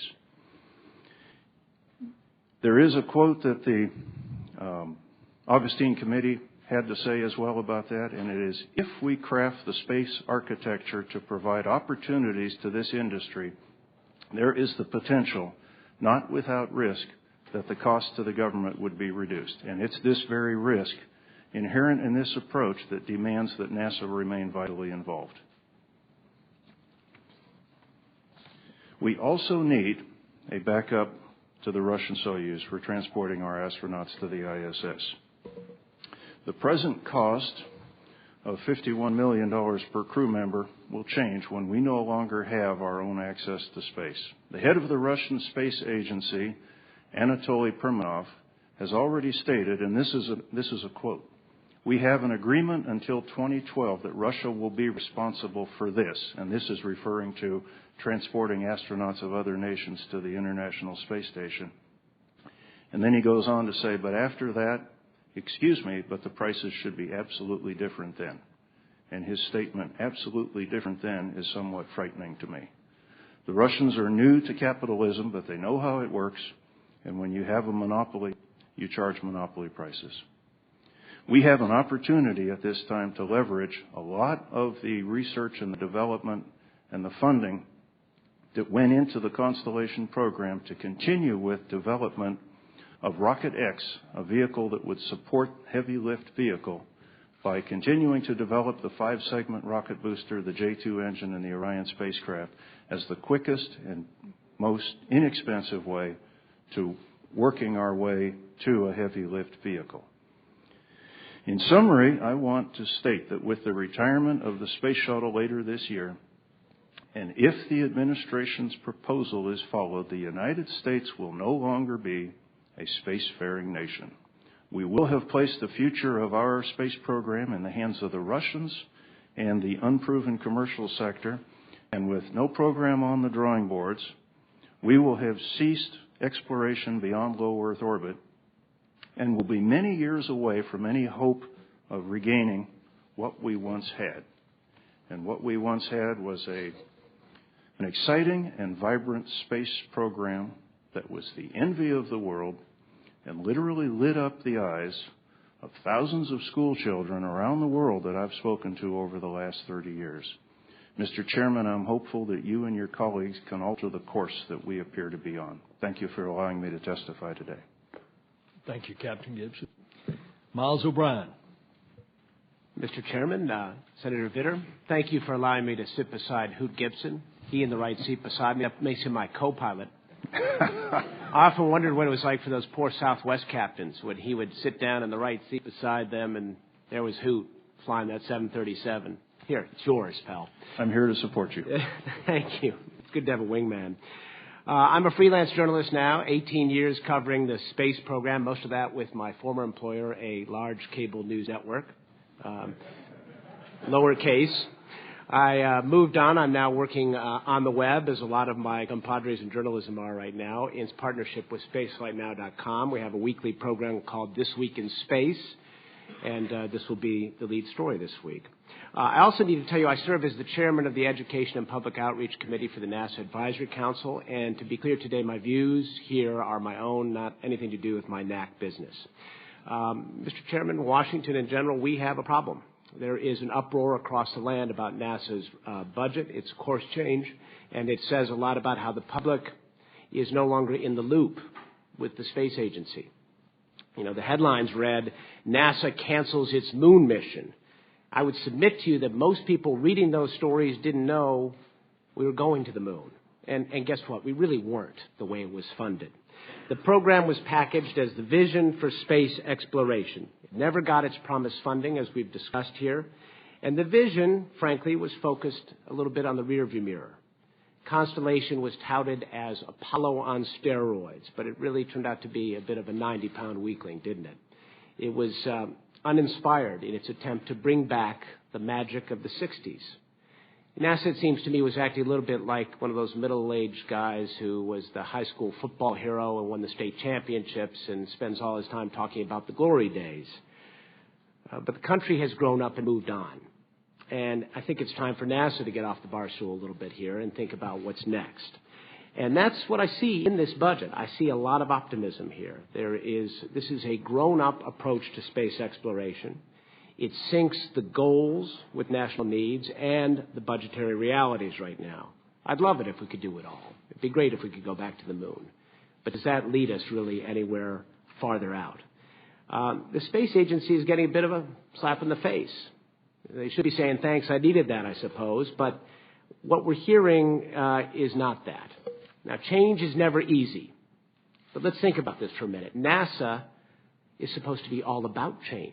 In fact, if NASA cannot embrace change, actually invent change, we should close the place down. But there's more to this than that, because as much as anything else, we have here a failure to communicate. I give the administration plan high marks for its reassessment of priorities, but it did a horrible job telling the story. The headline should have been, "Space is now open for business," or "Space travel for the rest of us," or "Space station science gets a reprieve," or "NASA is working on green aviation and fixing air traffic delays," or "focusing on our favorite planet, Mother Earth." You get the idea. Instead, we got a bunch of the blue moon stories. Well, one of the reasons for this is it is my understanding this decision was closely held in the White House Office of Science and Technology, and it was rolled out essentially to NASA, to the key people at NASA, the weekend before the budget rolled out. I guess they were reluctant to tell the kids. So, but most people knew that Constellation was essentially a dead man walking.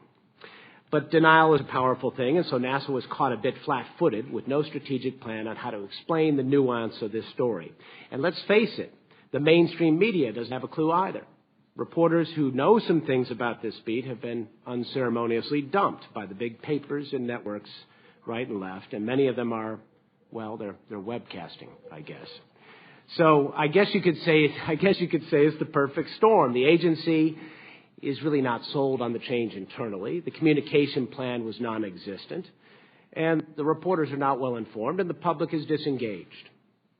But the people like me who care a lot about this and have a passion for it are out there. And in advance of this testimony, I sought some opinions via Twitter and Facebook, my little circle of space cadets.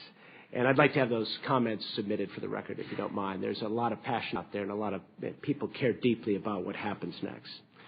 Like so many of the people I have heard from, many of whom have worked long and hard on Constellation, and I do hope we create sort of a space station freedom scenario here where pieces of this can live on. I wish that NASA had not been painted into this corner. I wish we could have been thinking about and investing in the next great adventure for humans in space decades ago, so we wouldn't be facing this huge gap right now in human spaceflight capability. It could morph into abyss if we're not vigilant. That's the hand we've been dealt. Trying to recreate the past is not the path to go. Yesterday's technology is not the path. The public won't support it. Thank you for your time. Thank you, Mr. O'Brien. Mr. Mike Snyder. Good afternoon. Thank you, Mr. Chairman, for the opportunity to appear before the subcommittee today to discuss the challenges and opportunities of the proposed FY 2011 budget for NASA. My name is Mike Snyder, and it has been my honor and privilege to work on the Space Shuttle program for the past 13 years. I'm an engineer, and I'm just one of the tens of thousands of people across America who work daily on the nation's efforts in human spaceflight programs. The views you hear today are my own, but I can assure you that they are representative and shared by many in the aerospace workforce at large. The space program is often referred to as a national asset, an asset that has, does, and hopefully will continue to set the United States of America apart from all other nations. By extension, that same reference could and should be applied to the men and women that make it all happen. Today, unfortunately, I must inform you that morale across the entire human spaceflight workforce, both civil servant and contractor, is low. Perhaps the single biggest contributor to the low morale is the perceived lack of any detailed plans with clearly defined objectives and timetables for the future of spaceflight. Hanging on a wall in my office building is a poster that states, "If you aim at nothing, you are certain to hit it." And I cannot escape the potential relevance of that statement in this case. All too often, it seems, we are not allowed a policy that while planning for the future and developing the technologies that will ultimately be necessary, that we take those first steps with our abilities and capabilities of today. We must break free of the cycle that any new program first requires the elimination of all that has come before it for the sake of that implementation.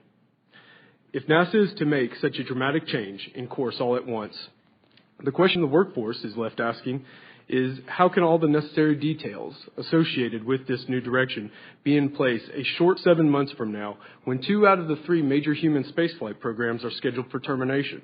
The answer, we believe, is that they will not. If that is indeed the case, then who will perform this work? Where will this work be located? And when will it be available? Many of us obviously have families who we obviously need to support. We cannot and will not be able to wait around and assume that better days are ahead. For the nation and this industry, the result will be a workforce with valuable and unique skills and experience that will be greatly diminished or lost completely, and one that cannot be rebuilt without significant time and effort. Contributing to the workforce dilemma is the apparent arbitrary 2010 retirement date of the shuttle. It would be far easier to stand down this unique capability if there were other vehicles ready to fill the void that shuttle retirement will surely create. We had hoped that we could pass the torch onto the follow-on program. Now, however, it simply looks like we're extinguishing it, regardless of the circumstances that decision will create. As of today, no American replacement vehicles exist that are operational, and the nation is hinging the sustainment and full utilization of the International Space Station, our $100 billion investment, 26 years in the making, on the hope and assumption that they arrive.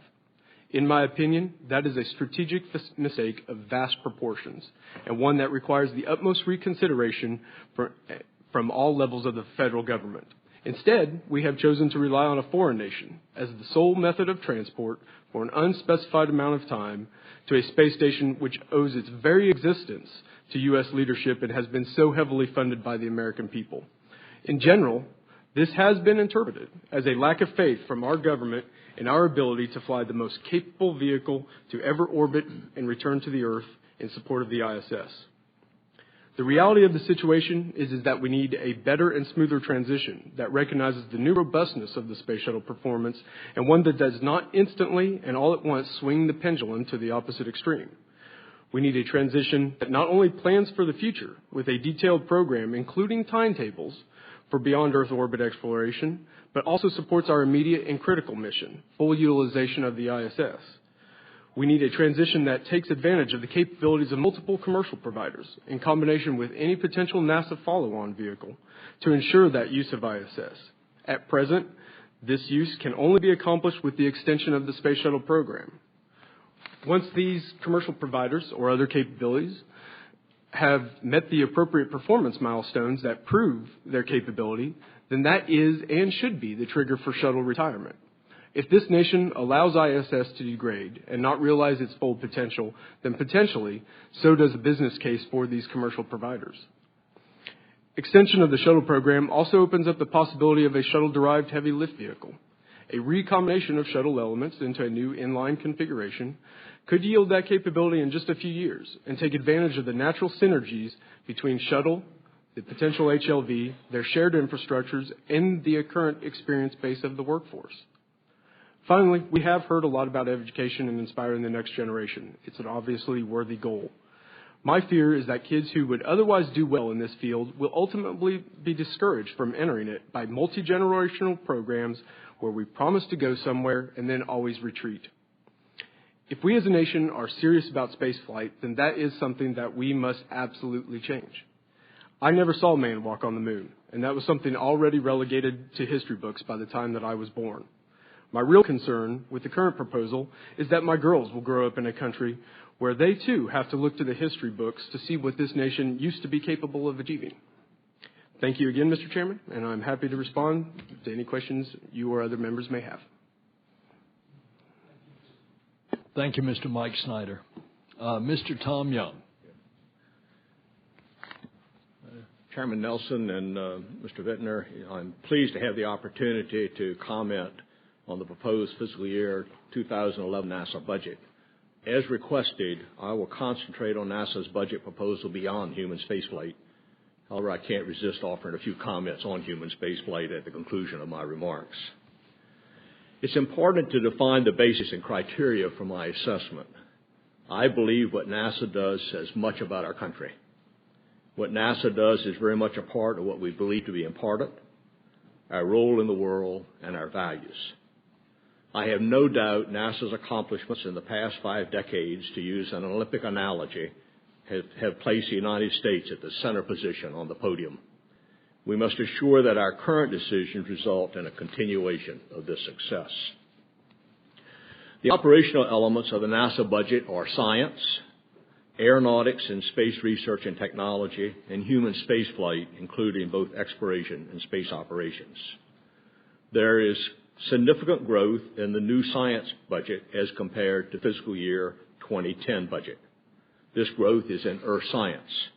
Planetary science and astrophysics are largely unchanged, and some decline exists in heliophysics. The National Academies produce decadal surveys that provide scientific basis and proposed priorities for each discipline of science. I have the privilege of serving as Vice Chairman of the Space Studies Board, which along with other boards provides oversight of the decadal surveys. I'm also a member of the committees currently conducting astrophysics and planetary surveys. The decadal survey process is enormously comprehensive, representing the best in scientific debate and decision-making. The result is a 10-year plan with extraordinary support and credibility. The Earth Science Decadal has been available for a few years and provides a sound basis for the growth proposed in the fiscal year 2011 budget. Astrophysics and planetary surveys are currently in development. While the proposed budget will support impressive astrophysics and planetary missions, there are extraordinary mission opportunities responsible to the most profound questions concerning our solar system and the universe that will not be affordable. I believe the same observations are true for heliophysics, which is just beginning the next decadal survey process. In summary, much can be accomplished within the proposed science budget that will contribute to our understanding of Earth, our solar system, and the universe. Although it is frustrating knowing that there are worthy opportunities that cannot be accomplished within the proposed budget, there is some consolation in knowing we are implementing the best of the best. The growth in aeronautics and the new space technology line are most positive. It is difficult doing the things NASA does without a strong technology base. The proposed space technology line will strengthen this critical area. The growth in aeronautics and the new space technology program should be strongly supported. There is also considerable technology funding included in the exploration budget. While significant benefits can be realized from the total proposed technology investments, we must recognize the lack of focus and identified mission uses can result in wasteful and non-productive hobby shop activity. Much is yet to be done to structure a technology program that is properly focused. It is easy to spend technology money. It's hard to spend it productively. And the critical aspect of spending it productively is to have it as a part of an integrated strategy. That brings me to my overarching comments on human spaceflight. The Augustine Commission report had a subtitle that I believe deserves our attention: A Human Spaceflight Program Worthy of a Great Nation. I believe the human spaceflight program contained in the proposed fiscal year 11 budget fails this test. My reasons for reaching this conclusion are: 1, I believe the reliance upon commercial human spaceflight for access to low Earth orbit is a risk too high and is therefore not a responsible course. I do hope the commercial endeavors are successful. 2, the absence of a clearly defined human exploration program with no expectation of any human exploration for decades is not consistent with my views of a great nation. We can only hope that by this time next year, we will recognize that our current course is not tenable, address those areas that need the most attention, and reestablish a human spaceflight program once again deserving of a great nation. Thank you. You are an excellent panel. Thank you. You have contributed mightily. I might point out that this committee will hold a hearing on commercial spaceflight, and we will dig into the details with appropriate witnesses over the course of the next few weeks. Let me ask just a few questions, and we'll round out this hearing today. For Hoot Gibson, how do you think NASA will certify crew safety on commercial vehicles? I'm not sure what their approach stands right at this moment, but the way that they need to do it needs to be the way that we have always done it with our inherent NASA-developed crew vehicles, and namely by following the human rating standard that NASA has in place for these vehicles. I don't think that we could arrive at the right place if we just say we're going to build it for cargo with some relaxed requirements, launch it a couple of times and see what our success rate is, and then declare it safe for human spaceflight. I think there's going to have to be a rigorous process that we go through in the same manner that we do on the vehicles that we develop ourselves. So the agency is going to have to define a process to validate the commercial providers for human requirements. Yes, and many of these, Mr. Chairman, are very specific items: the design of the electrical systems, the design of the structure, the structural margins. All of these things are very much spelled out in the human rating standards, and we're going to have to make sure that every step of that process is followed by the commercial providers as well. I'm going to ask a question that I know your answer is yes, but I want to get it on the record. Should the astronaut office be involved with this certification and validation process? Absolutely yes, Mr. Chairman. You are a propulsion expert. Is heavy lift a priority? Yes, it is. Yes, it is. With all of the comments that we've heard from the Augustine Commission and all of the direction that we have seen in the country in many years now, for many years now, we need to branch out beyond low Earth orbit. And that's going to require heavy lift for us to do that.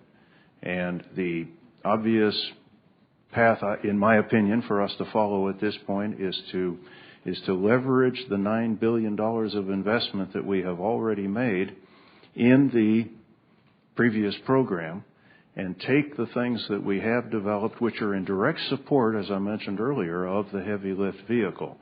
If we take the cancellation costs that are involved in that program and add it to the amount we've already spent, we wind up with a fairly significant price with nothing to show for it. If we continue the testing up through the Envision testing at this time, we can accomplish that at no additional cost over what the price would have been, and we wind up with something instead of winding up with nothing. So the $2.5 billion in the President's budget to cancel the program, instead use that to continue testing on Rocket X and to continue to develop a capsule that ultimately would go on the heavy lift. Yes, sir. Exactly. Exactly the direction that my opinion is that we should be proceeding in. And that way, as I say, we wind up with something at the end of this whole entire process instead of cancellation costs and winding up with nothing. Mr. O'Brien, you have pretty well commented on the mood of the country, and we've heard it from other witnesses as well. And yet you noticed things that have to change and that NASA has to change. How can you, I'm asking you an impossible question, but it's one that we have to ultimately answer.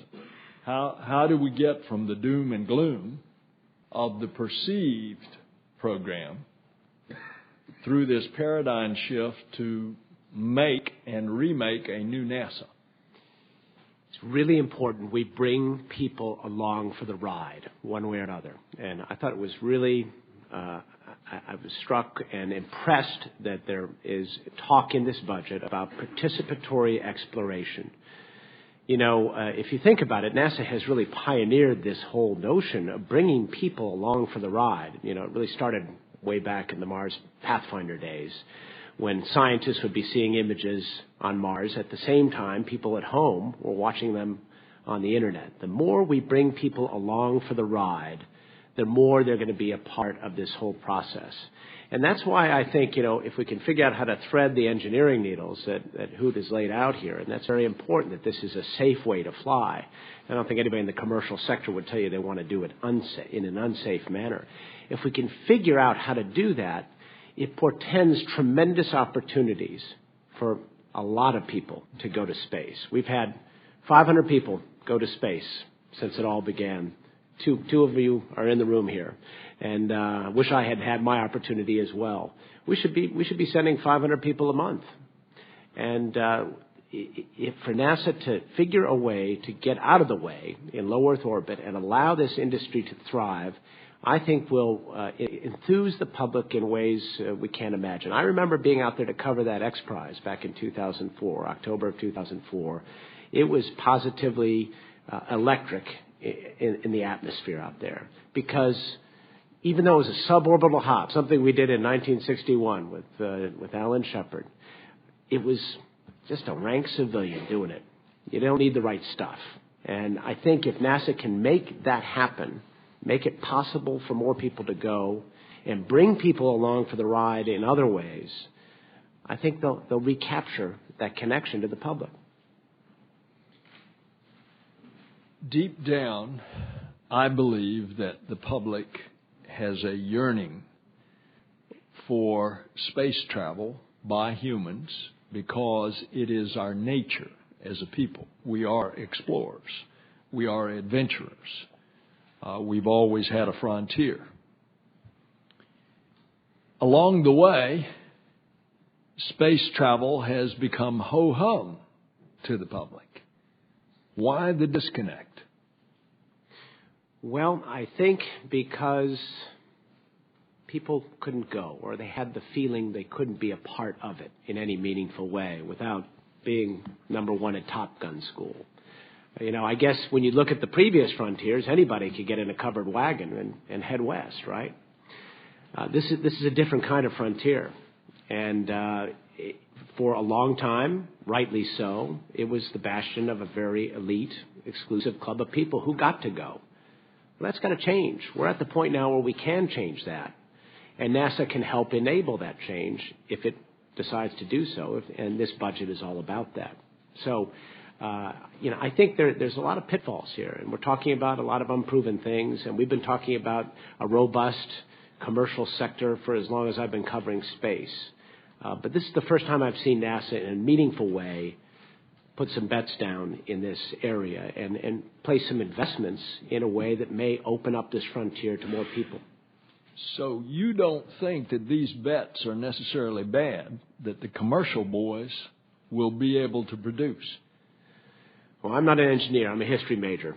I just play a scientist on TV, or actually on the web now. But no, I can't assess the engineering aspects of it. My sense of being a student of all of this is that we're very close to making this a possibility. And it's not something that this industry can do entirely on its own. There's not a business model that stands on its own yet. But if you go back to the origins of NASA, the NACA, what did it do? It fostered technology and it shoved it out into the commercial sector. I think it's time for NASA to get back to that NACA mentality here a little bit, at least as far as it goes in low Earth orbit. I'm not talking about commercial trips to Mars. I think that's where NASA should be, and that's where the technology push should be, and that's where this budget recognizes that fact. Enabling the technology to go way beyond low Earth orbit is what NASA should be doing. Getting out of the way in low Earth orbit and helping these commercial players make it possible for lots of other people to go there is exactly what should be happening right now to keep NASA engaged and vital. You've got as good a sense of the American public's feelings. If the president said we're going to go to Mars and he laid out a vision, what do you think the American public how they would respond? Well, I can imagine it would be an interesting discussion in this time we live in with the budgetary constraints that we're all dealing with and with the economy the way it is. But John F. Kennedy made his similar announcement. The economy wasn't so great by my read of history. So I think a broad vision if it's supported in the context of enabling technologies, inspiring kids, and maintaining our competitiveness, keeping us technologically the leaders of the world. In all that context, I do think it would be supported, but it has to be laid out in those terms. Mr. Snyder, of course, we talked about how Constellation has been canceled in this program. And we've talked a bit about the NASA budget is increased by a fairly substantial amount. In the first year, however, it's de minimis. It's $6 billion over 5 years, but it's about 1.5% in the first year. But there is the renewed commitment to technology development. Can you give us your views about how these changes affect the overall number of jobs supported by NASA and the workforce distribution across different NASA centers? I think that's the real question, Senator. What we are thinking is we all know how long it takes to change contracts, to change directions, to get all the people that you need to do that work in place.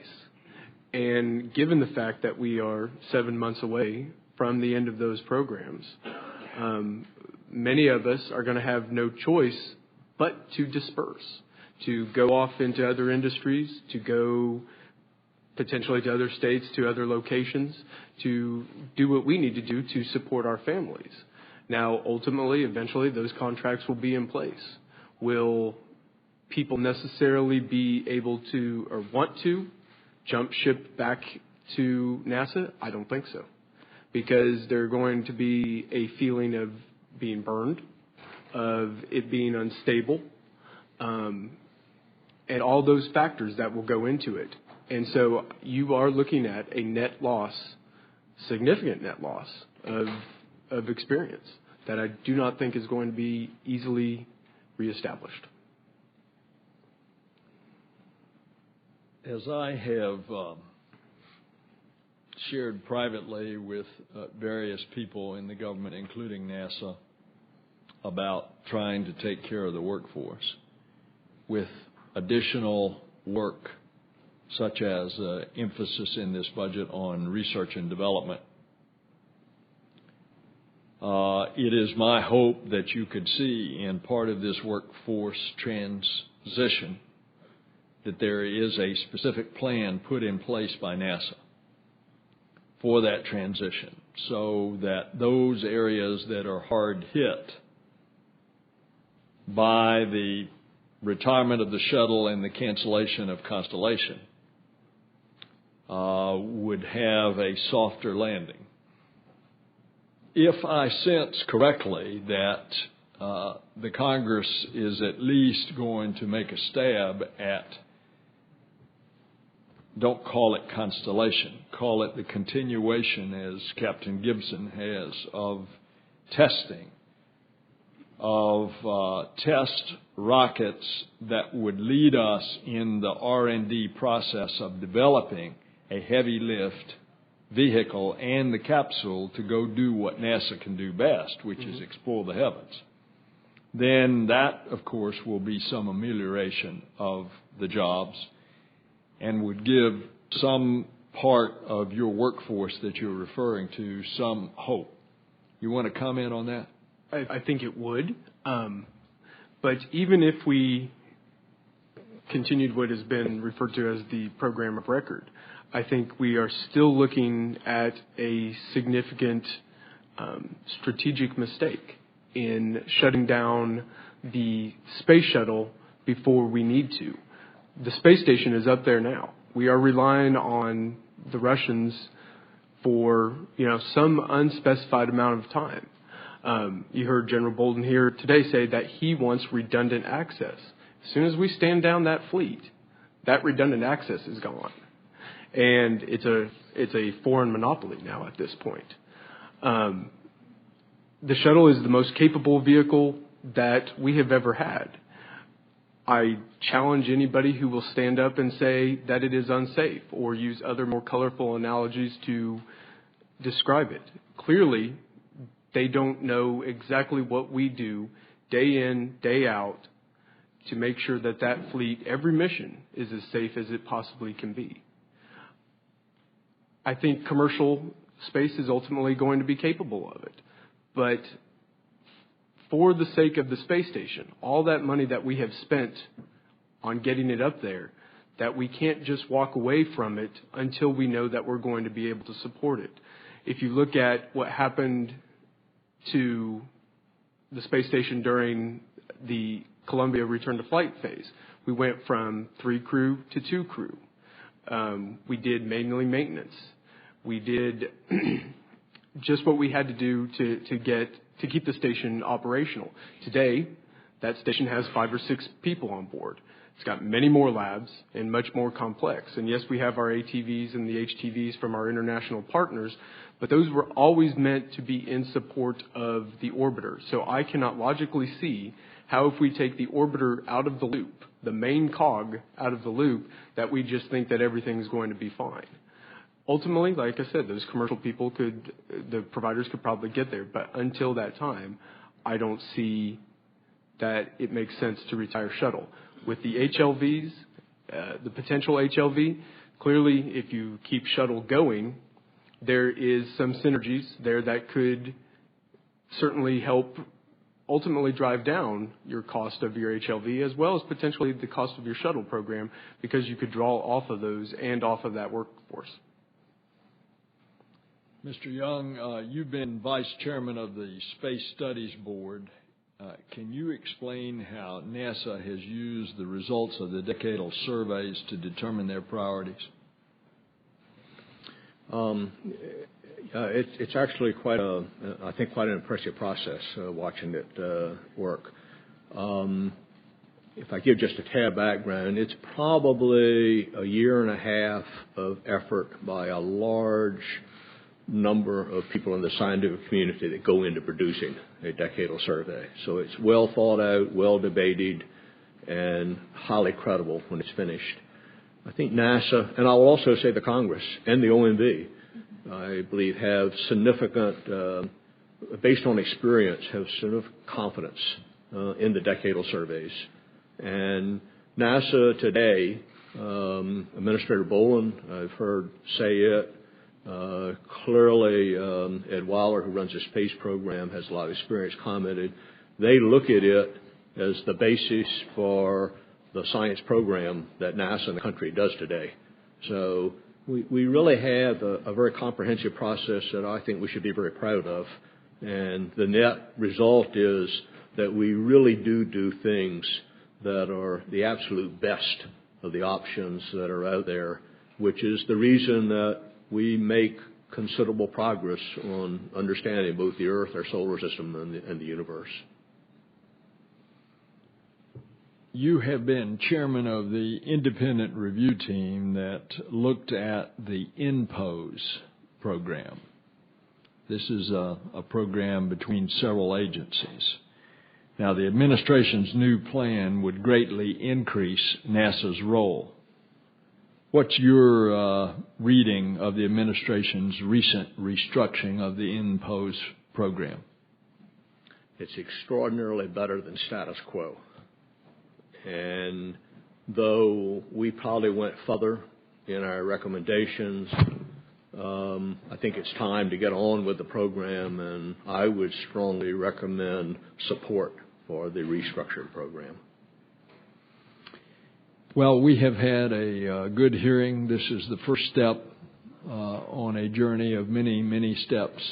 And we will keep the record open for 2 weeks for senators to submit questions for the record. Thank you all for your participation. It has been excellent, and the meeting is adjourned.